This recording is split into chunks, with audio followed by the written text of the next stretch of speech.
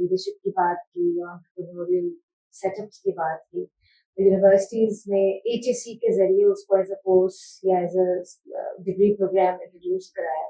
तो चैलेंज कहाँ आया, एचएससी की तरफ आया या एक्सेप्टेंस में कि ये क्या पढ़ाने जा रहे हैं? अल्लाह का शुक्र है, एचईसी से मुझे कभी कोई चैलेंज नहीं आया, क्योंकि लकीली वो इंटरेस्टिंग वाकया है कि जब मेरी अपनी कंपनी माशाल्लाह काफी बड़ी हो गई थी, तब 1500 आदमी काम कर रहे थे। बैंक्स में कोई 800 शहरों में सर्व कर रहा था। मेरे एक रिश्तेदार थे जो सदर पाकिस्तान थे। अच्छा। तो इससे कहने लगे कि क्या कर रहे हो? मैं कहा ये कर रहा हूं। बहुत कम मुलाकात है मेरी, लेकिन कहने अच्छा तो कुछ कॉम के लिए भी करोगे?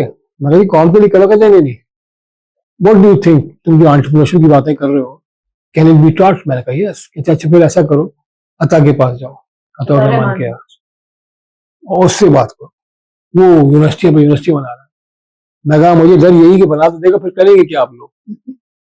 इतने बच्चे पढ़ के निकल गए, उन्होंने कुछ क्या अच्छा जॉब है। मैं गया उनके पास, डॉक्टर साहब से भी, मैंने डॉक्टर साहब का भी बनाया, जो उनका सेंटर है यहाँ पे टेक्नोलॉजी पार्क, मैंने ही बनाया बाद में 2014-15 में। एनीवे, तो उनसे बात की, उन्होंने मुझे सुहेल नकवी के पास भेज दिया।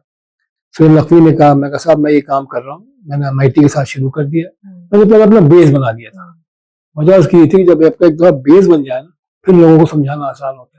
जब उन्होंने देखा कि 3 साल में जिन लोगों को आपने एमआईटी के प्लेटफॉर्म पे ट्रेन किया था वो $1 लाख से 5 मिलियन हो गए, 10 मिलियन हो गए, तुम कर क्या रहे हो? इशरत हुसैन साहब थे उस जमाने में आईबी के, तो तुम कर क्या रहे हो यार? मेरे साथ बैठा था, $1 लाख वाला कह रहा है 5 मिलियन का हो गया, 10 का। मैं कहा साहब ये just change the mindset. Entrepreneurship is nothing but changing the mindset, and that is कि आप कर सकते हैं और आपको दूसरों के लिए करना है।